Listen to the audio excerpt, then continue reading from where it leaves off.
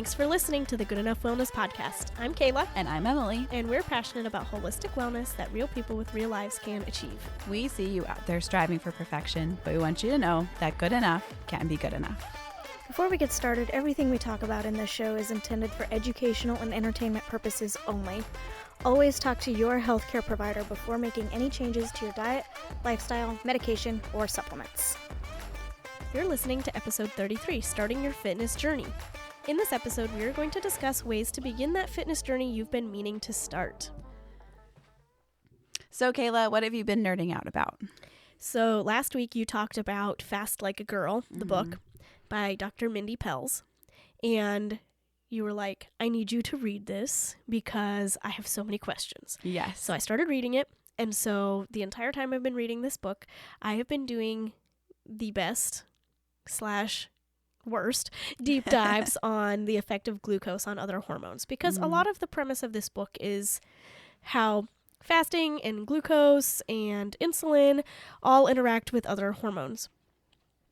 And so I am doing my due diligence and doing some of that research and looking at her sources and just trying to figure out like what is applicable to me, what is applicable to the population at large, and just kind of like figuring it out. Like we talked about last week, like what do I agree with? What do I disagree with? Like what are my reasons for thinking this? And just kind of like challenging my own beliefs.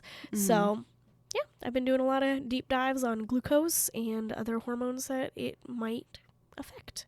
Very cool. What about you, Emily? So I haven't gotten into anything real nerdy, but I am a meal planning nerd, as we all know. And after planning very detailed last month, I decided to take this month to see what I had like stockpiled in my freezers and pantry and stuff. And I meal planned out of my freezer. And one, we're going to have some of the most nutritious meals because I'm pulling out like heart and stuff like that. And two, I spent like a fraction of my grocery budget this week. And that felt so nice because, guys, it's wild out there. Yeah, it is.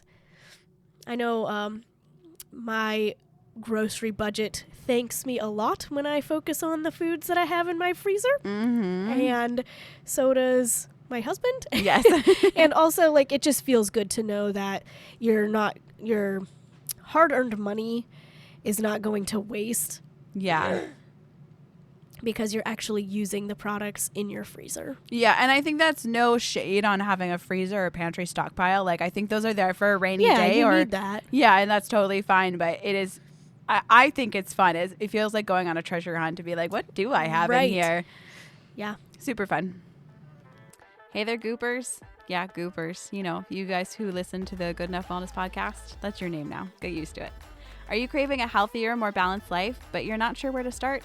Or maybe you've tried all the tips and tricks that seem impossible to keep up with because, well, you've got a real life. Sound familiar? Here's some good news. We've got something just for you. Our free Patreon community is all about holistic wellness that works for real people just like you. Whether you're juggling a busy schedule, navigating health challenges, or just curious about improving your digestion, sleep, or energy levels, we're here to help you thrive without the overwhelm. Inside, you'll find show notes, downloads, worksheets, and exclusive recordings to help you get started. Plus, it's not just about advice, it's about connection. You'll join a supportive group of people on the same journey, cheering each other on and sharing ideas that actually work. The best part? It's totally free to join. So why not take the first step today?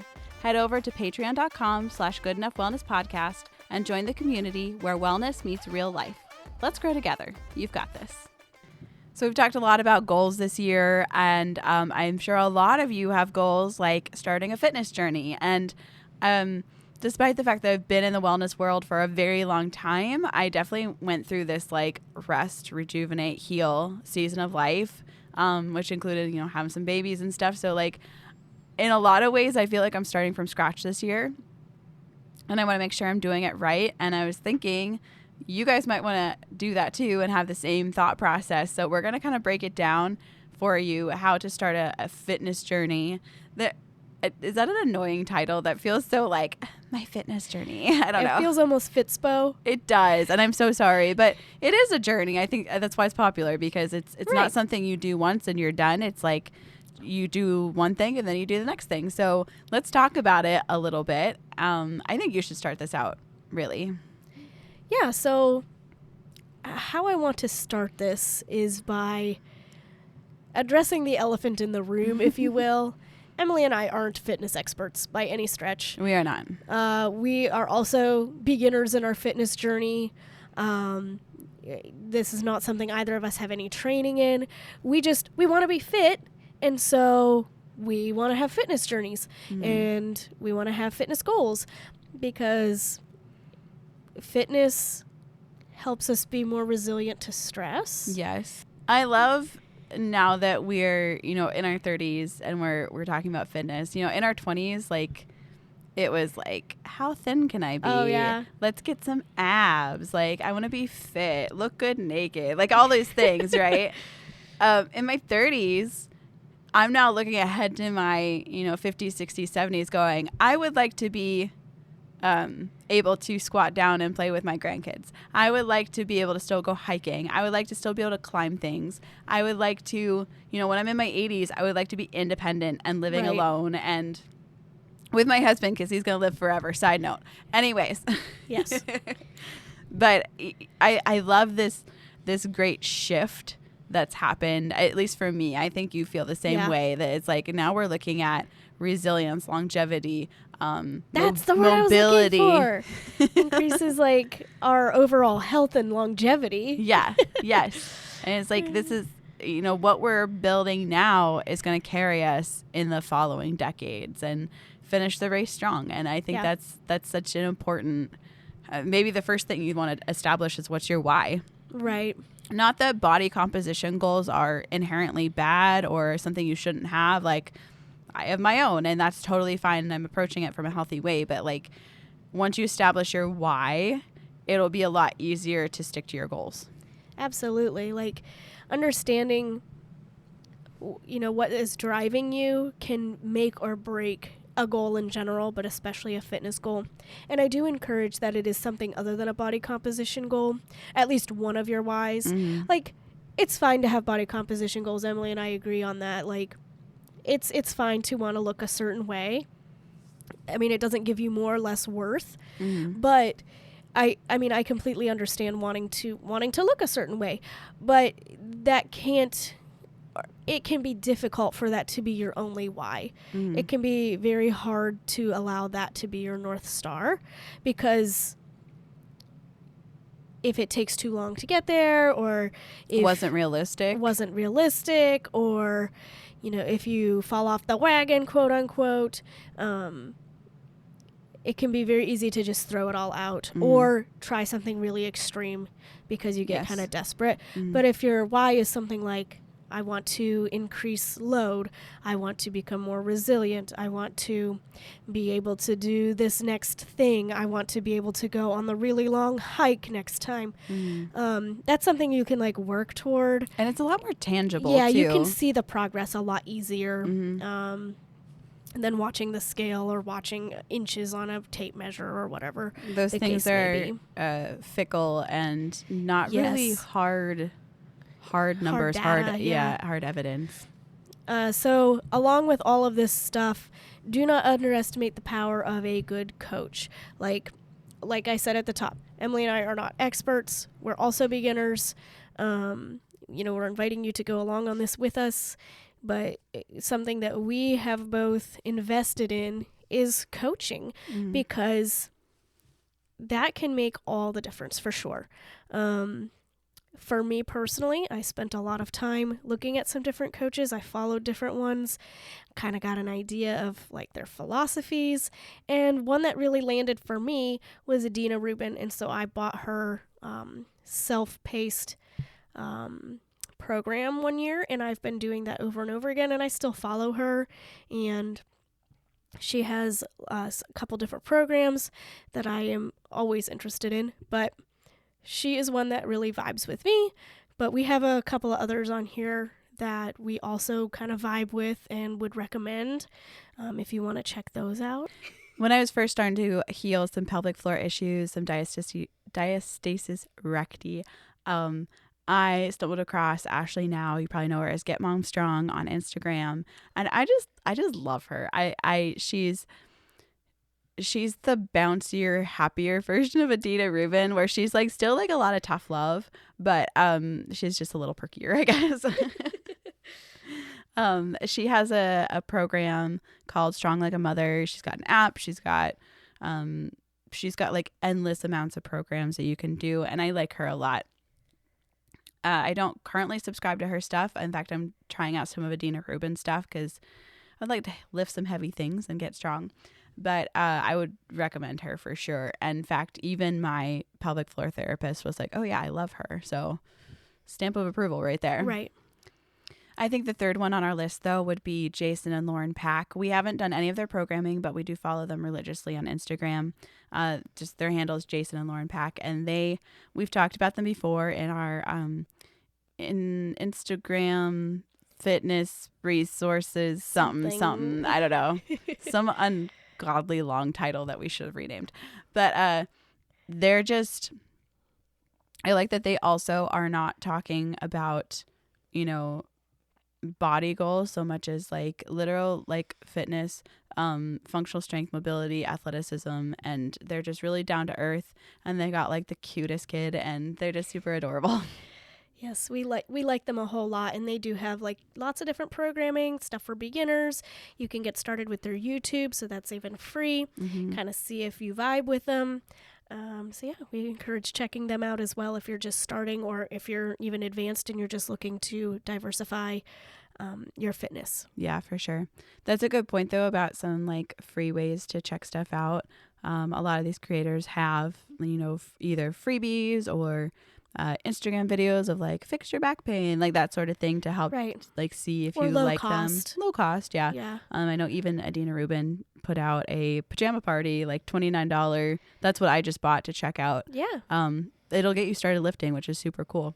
And you can redo it over and over again and progressively overload if like that's all you can afford. Yeah, I know most of these people, they're like strength training, it's not really supposed to entertain you. Like the boring things that you're repeating day in and day out are the things that are going to make you strong. Yep.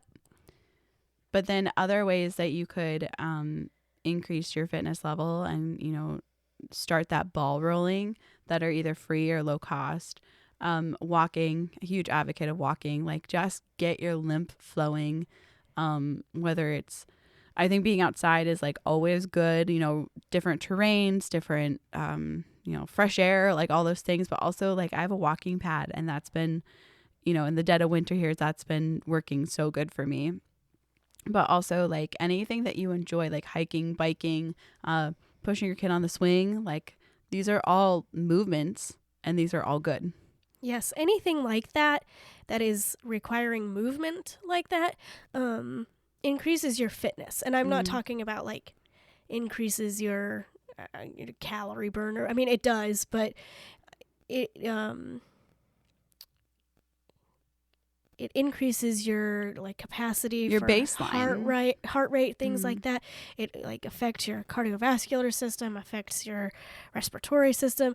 Like it increases your fitness. And most of the things that we just mentioned, those are all like low impact. Like you don't have to be fit to start doing these things. In fact, these things will help you get to a point where you can start doing bigger things, if that makes sense.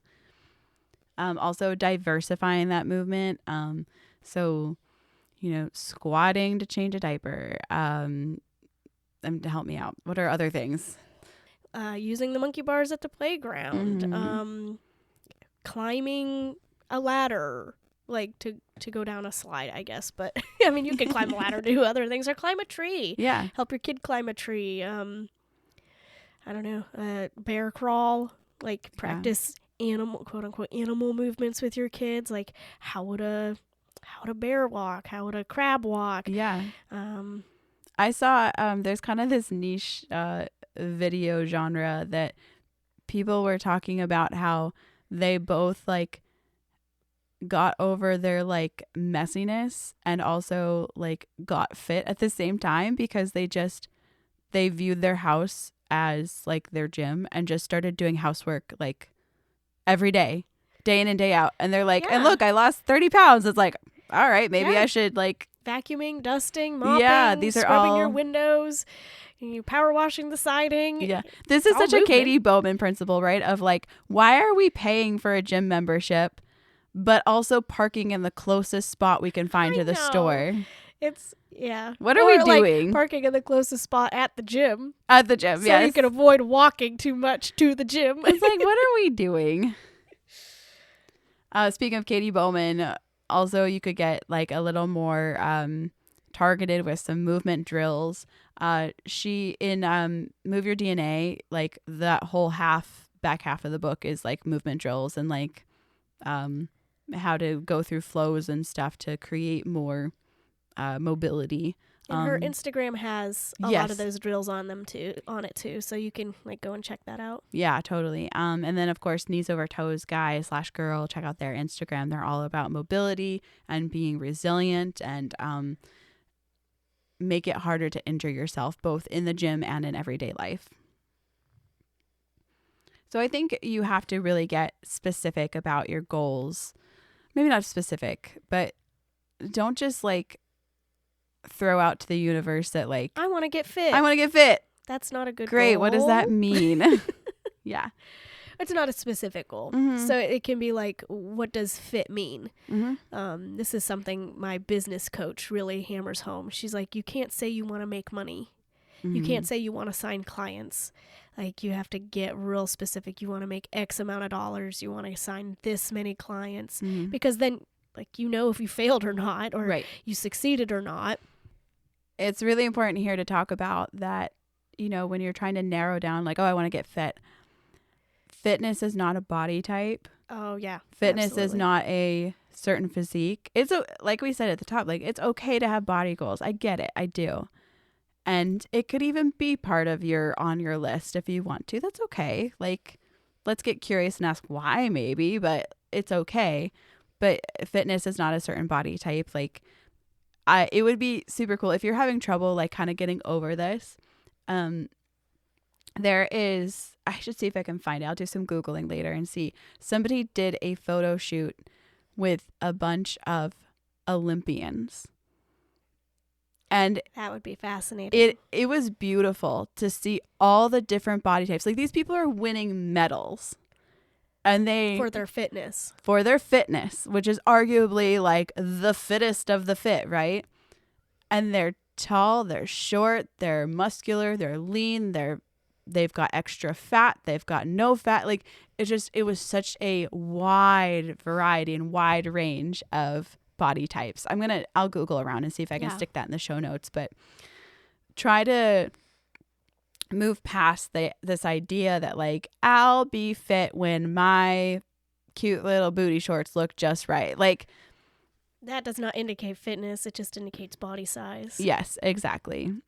It's You like, what be can your thin body, and not fit. yeah, what can your body do? I think that's more of a question that you want to be asking. Right. So, like, goals could be something like you want to do 4 unassisted push-ups. Yeah. It can be, I want to hike 10 miles. I want to be able to go to the mountain bike park Right. and actually like make it up the hill. Yeah. Or I want to complete a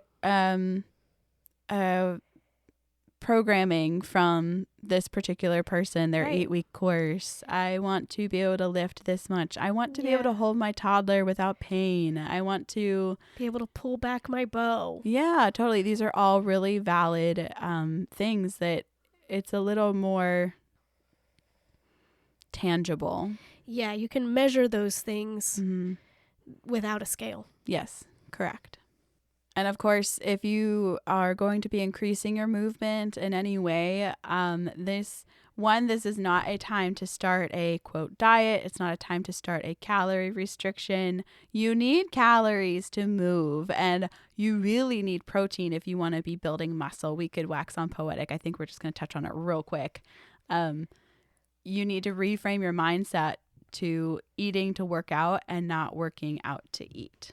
Yeah, that was a huge game changer for me when I started working out, was switching my mindset from like, oh, I got to make sure that, I'm working out because I'm eating this, Mhm. to, well, I better make sure I eat this so that way I have the energy and strength and capacity to build muscle after I work out. Yeah, for real. You guys know that I'm a girl who walks 10,000 steps. That's a thing that I do. I do it every day, day in and day out. And not just if I can't do it, it's if I like suddenly don't want to, or it doesn't feel like it's that important. That's when I know like, oh, my calories are too low, or they were too low yesterday. Yeah. And that's how I know like, I need to make sure I'm hitting my protein. I need to make sure I'm eating enough so that I'm not just dragging myself across the finish line, but I'm like excited to get there. Yeah. Paying attention to your body can go a really long way with this particular tip. Like, do you feel dragged out and low energy? You might need to eat more, and especially eat more protein. And of course, like anything, don't try to implement all these changes at once. You want to focus on one, maybe two things at a time. Yeah. What can you work on this week? What is your goal for this month? Let's break it down into more pieces so you're not like, I'm going to hit 10,000 steps, hit my calorie goal, hit my protein goal. I'm going to stretch, do a mobility, lift. Like you can't, you shouldn't be doing all those things every day anyways, or at least most of those things. And two, like you are going to, if you're really good at something like that, you might last a week. Right. If you're amazing at it, you could last 75 days. Thinking 75 hard. They try to do all these things all at once. But as soon as you lose that structure, as soon as you like take away that safety net of this is what I have to do, you're left floundering because you didn't actually build any habits. Right. You just did a checklist. Which, of course, we have to talk about Atomic Habits. Will you get sick of us talking about this book and just read it? If you want to build a new habit, if you want to put it into your routine, you should probably just read this book. Listen to it on audio. But it's highly worth your time to read at least once. I won't talk about it anymore because I feel like we've already talked about it a lot of times. And then, of course, you want to make a habit, find a buddy, find a friend. That's probably one of the best things you can do. And maybe be picky about that friend, because I think especially when you're getting into sensitive things like diet and exercise, there can be a lot of toxicity that comes with that. So make sure you're on the same page with this friend, that you hold the same values, and that they're not going to just kind of bully you into like sticking to, you said we were going to go low carb and you have to. And it's like, well, I have all this brain fog and I can't function and I'm cold. It's like, right. Have a friend that really cares about you and not just whatever the goal is. And then I think the last thing that you'll want to do with any kind of new goal, but especially on a fitness journey, is evaluate. So schedule time, like a consistent time. Like it can be at the end of every day, it can be at the end of the week, end of the month, whatever parameter you set up. But schedule time to evaluate what's going well, what isn't going well, and what you'll do differently next time. Taking time to evaluate can help you course correct. Yeah. And just like continue on the path without being like, this is too hard, I gotta give it up entirely. You could say, what is difficult about this, and how can I fix it so that way it's more sustainable? This is also something I've learned from my business coach. Don't just do something and say, oh, that failed, and never do it again. Sit down and be like, well, what went well? So like, what can I replicate so that way it's better? What didn't go well? Like, what am I not going to do next time? And what am I going to do differently to like fix the thing that didn't go well? So that way it's sustainable, and you can optimize it for your specific goals, your specific body, your specific schedule, your specific environment. Evaluate. You only like get information, like data, from what you evaluate. Yeah, so I guess that's everything on our ideas list of how you're going to start a fitness journey. And we want to hear what you guys are doing. What are your goals? What do you want to accomplish this year? We've told you all of our deepest, darkest secrets. Now it's your turn. Yeah. You can do that on Patreon, by the way. Yes, please go to our Patreon. We love hearing from you. For sure. Hey there, friends. Are you feeling stuck or overwhelmed on your health journey? Maybe you've got questions about digestion, supplements, or just how to take that next small step toward feeling better. Well, I've got something exciting just for you. Office Hours. Every Tuesday, I'm hosting 2 live video chat sessions where we can connect one-on-one. This is your chance to ask questions, get guidance, or simply chat about how to make progress on your health journey. Whether it's understanding your supplements, tackling digestion challenges, or figuring out how food and lifestyle can support you, I'm here to help. Now, here's the fun part. While the links to join Office Hours are available to everybody, my email subscribers get so much more. By joining my email list, you'll not only stay updated on Office Hours reminders, but also get access to exclusive tips, resources, and inspiration to help you feel your best. Head over to the show notes for this episode and sign up for my email list today. I can't wait to see you during Office Hours and help you take your next steps with confidence and clarity. Let's do this together. So, Kayla, what's good this week?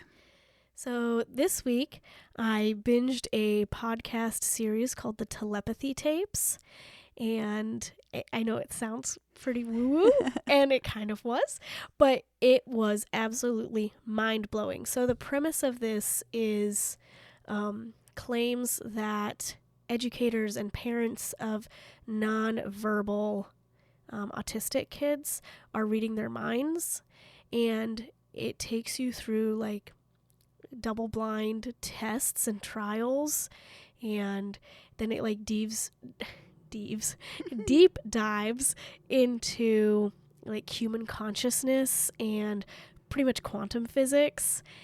It was absolutely fascinating and mind-blowing. So I highly recommend it.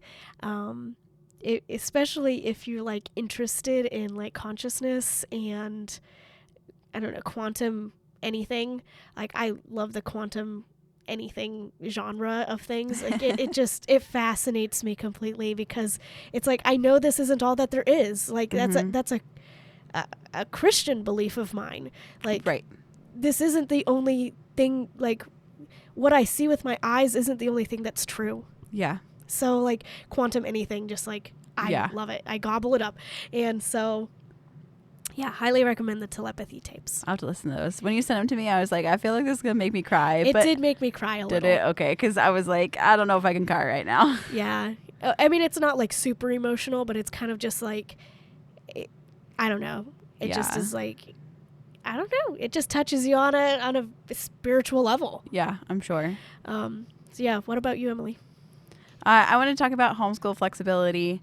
If you don't know, now you know. Homeschooling is really cool, and you're in charge, and you get to make it up as you go if you would like. We started a science program last year that I was super excited about, and it was cool, and I liked it, but it like wasn't enough. It's by a company called like Gentle and Classical or something, and it was just a little too gentle for me. I need some aggressive science, please. So at the beginning of the year, I switched my oldest. I was like, we're going to try something different. And I always approach them like this. I usually like to get their input a little bit. Even though I'm the parent, I'm in charge. Like, this is your education. I want you to be involved. And I always approach it as like, let's try this thing. Let's give it a week. If you like it, great, we'll stick with it. If you don't, let's try something different. And we switched over to easy peasy homeschool science. And it's totally free online. Easy peasy homeschool. If you want to homeschool, it's such a great place to start because it's completely free. And it's a very thorough, and I like that a lot. But so he started that, and he's like, hey, I really like this. This is working great. He was already, right off the bat, he was doing experiments, and he was doing them all by himself. And I'm like, I love that. Right. And then my next 2, I was like, hey, Caleb's been doing this cool thing. Do you want to try that? They're like, of course we do. We want to do a science experiment. So then I switched them over too. And I think a few years ago, I would have like stared at our unused textbooks that I printed out. I bought, printed out, bound, put my love and sweat and tears into, and felt like a failure. And like, well, what do I do with this now? Now we have half an education about this one thing. And it's like, this year, I really took to heart the fact that I cannot teach them everything. And it's not because I'm just a homeschool mom. Like, you can't teach anyone everything. I can't learn everything. So my job is to teach my kids, one, how to learn and to love to learn. And as long as I'm accomplishing those things, no matter where they're at in life, they can learn whatever they need to do whatever thing they need to do. So I guess I'm just here to say the good thing is that homeschooling is cool. You can make it look the way you want it to look. You can change it when it's not working for you. And that's totally okay. I know that's what I loved about being homeschooled was like I loved to learn, and it taught me to love to learn and also where to find information so I could keep learning. So if you too want your child to end up to be just a little nerd like our Kayla, then homeschooling might be for you. I'm the poster child. Poster child of nerds. I don't know if that's a good thing or a bad thing. You decide, I guess. Thank you for listening to the Good Enough Wellness Podcast. To learn more about my one-on-one packages, join my mailing list and follow me on Instagram at Kayla King Wellness. Don't forget to subscribe to the Good Enough Wellness podcast feed wherever you listen to podcasts. You don't want to miss an episode. Follow us on Instagram at Good Enough Wellness Podcast to learn about upcoming episodes and join our free Patreon to interact with the Good Enough community. The Good Enough Wellness Podcast, because good enough can be good enough. Well, that's good enough for me. Me too.